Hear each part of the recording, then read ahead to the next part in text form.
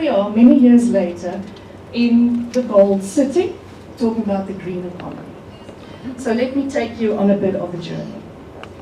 So today, just a quick overview. What we're going to be discussing is about some general perspectives around what green economy is, some of the related concepts. Then we'll look at the South African context, move on to jobs, and then also what are the related skills to produce those green jobs. Now, when we talk about a green economy, we have to do so in the context of sustainable development. And yes, there are many definitions and interpretations for sustainable development by itself, but in general, it relates to the relationship between economic development, social equity, and environmental stewardship. But the sustainable development pathway has been criticized for not having a clear economic pathway. And this is then where we talk about the green economy as a vehicle for bringing about sustainable development, but also social equity. Now, the term first arrived was around 1998. There was a report by British economists detailing how economic principles may aid environmental stewardship. And at the time, the report didn't get much, it didn't get a second glance. But fast forward 10 years later, and there's a global financial crisis. And suddenly, international bodies are very interested in the green economy for dealing with several crises at the same time. And these include mass unemployment, slow economic growth, climate change, ecosystem degradation, and the green economy was being touted as the solution to everything. And yes, there was a lot of work done around that time about what it could be and how everybody fits in. But then it went a little bit quiet again. And today when we talk about a green economy, it's not the same green economy as 10 years ago, because there's a much greater emphasis on social equity. So generally speaking, again, there are many interpretations of green economy, but the most widely used definition relates to the United Nations Environmental Programme, which sees it as one that results in improved human well-being and social equity, while significantly reducing environmental risk and ecological scarcities. So that means it's supposed to be low carbon, resource efficient, and socially inclusive. Now, initially discussions around the green economy were taking a very narrow perspective. It was very focused towards what they dubbed the green sector, which really only related to the environmental sector, and then spilled into renewable energy and also waste and water management. But what we've been seeing is a progression towards a more broader understanding about green economy, as also impacting social inclusivity, but also as being a wider concept. So it's not just focused in one sector alone. We're now starting to talk about greening of the whole economy. And this, of course, is very good news for Mer Sector, because now we're starting to talk about how do we green our brown industries. But over time, there's also been a series of related concepts. So, for example, green growth and low carbon development have pretty much become synonymous with the term green economy. And we've also seen new terms springing up, such as circular economy and the fourth industrial revolution, or Industry 4.0. So when we talk about a circular economy, in essence, as we can see here, it's about reducing environmental footprint, generating increased income, reducing resource dependency, and minimizing waste. But what it aims to do is, through design and servicing, to increase the lifespan of products and move waste from an output, or at the end of the cycle, towards the beginning of the cycle. So it becomes cyclical. Now, industrial symbiosis programs are very good examples of how this works in practice. And this notion of circular economy has become very popular within industry.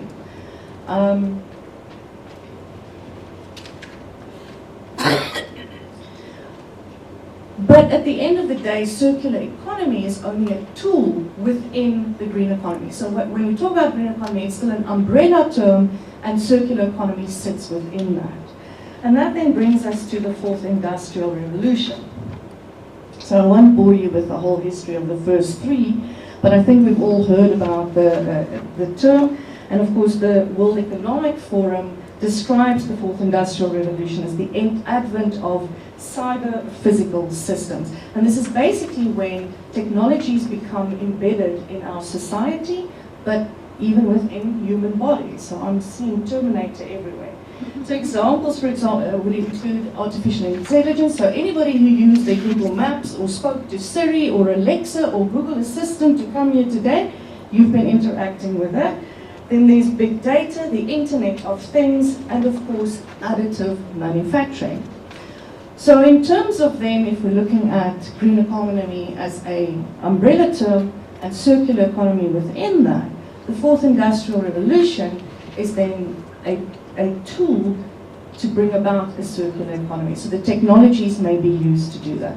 Now there's also criticism that the fourth industrial revolution may even exacerbate inequality. So what we're seeing is a lot more concerns, especially from developing countries with large unskilled labor force, about how is this term actually going to be interpreted in practice here in South Africa. So it's definitely something that we need to consider. There are some advances because it is being touted as a supply side miracle, but at the same time, we need to consider it within the context of an inclusive green economy. So we need to keep people in focus as well. So for now, let's return to the idea of an inclusive green economy within the South African perspective. So there's a whole host of policy documents, plans that guide the transition to a green economy. Some of them are talk directly about a green economy, such as the Green Economy Accord and the National Sustainable Development Action Plan. Some of them are more indirect or cross-cutting, such as the National Water Plan, the Waste Plan, and the Pollution Plan. But there are also plans at provincial level, at local government level, because this is generally where the actual water waste management tends to take place, as well as sector plans, and then of course business governance frameworks such as the King 4 report. And all of these impact the Mer Sector in some way. The new carbon tax bill, for example, will have an implication as well. So what then is the green economy in South Africa? Where do we see it? So a recent study by the Department of Environmental Affairs and the Partnership for Action on Green Economy listed, according to 8 themes, the type of initiatives that are currently happening in South Africa. So we can see here that about 33% of activities are in clean energy and energy efficiency, 17% are in transport and infrastructure, followed by agriculture, food production, fisheries and forestry.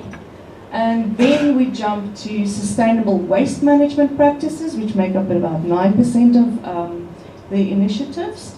And this is followed by resource conservation and management, building and the built environment, and then sustainable consumption and production, which is where I also see the Mer Sector fitting in. That's actually quite low, but this is an opportunity.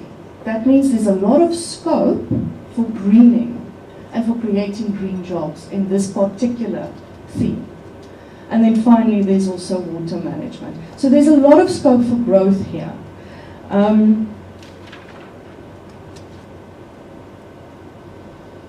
But what the report also found, and I think this is, it's a good thing going forward, is they've done this study tracing it back to 2010.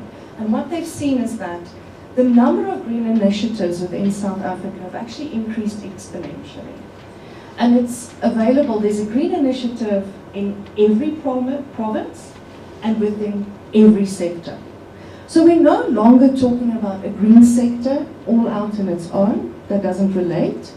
It's now everywhere, in all sectors and in all provinces. So what does that mean for jobs? If we're taking a broader perspective on the green economy, then what does that mean for green jobs?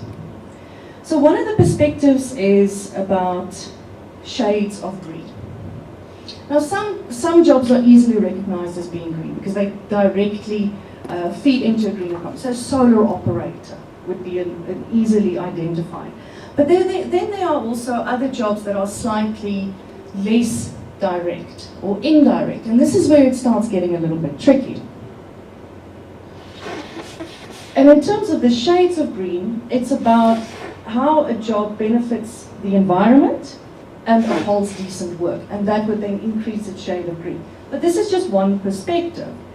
Then we have work done by Ramsrup and Ward, who have actually looked at the South African case and looked at South African job market and come up with their own conceptualization of how jobs can be green. So here, for example, we've got core jobs that may be existing and some are emergent. So now the focus is on greening purpose, product, and processes. There's also specialization in existing occupations, so such as environmental economist, environmental lawyer. So we're starting to see some of these jobs come up. And this may lead to significant changes in the tasks and skills required for workers. In other words, it needs access to specialism. So these are, again, the type of courses that you would then perhaps find at college level or tertiary level. And then we're also seeing traditional jobs not regarded as environmental. For example, supply chain managers, green procurement processes. So we're moving away from just recognizing solar operators or waste management personnel as being the green jobs. So if we're taking a green economy and we're taking a broader perspective, and now we're looking at green jobs, we're starting to take a broader perspective on green jobs as well. Because now we're moving into the realm of looking at the whole value chain, looking at processes, at product design. There's a whole host of things, even coming back to employment practices, whether you allow your staff to work off-site and how you offset their carbon contribution to coming to work. So there's a whole new world out there for greening, pretty much. So then if we move on to skills, so again, we're taking a broader perspective. So what we've seen is that there's a movement towards calling it competencies rather than skills, and a combination of three. So when we talk about the competencies, technical competencies, this still relates to technical jobs. So you would still need your technical skills, so your university degrees for green engineers, etc. But then we're seeing that there's a need for relational competencies, and these are basically soft skills. It's not just about technicalities anymore. Here we are focusing on working with people, and this, for example, would would actually qualify as one of those relational competencies about running stakeholder workshops. And then finally, transformational competencies, which is more towards the realm of top management leaders having the vision to change business strategies and change mental models. So what does that mean within the Mer sector?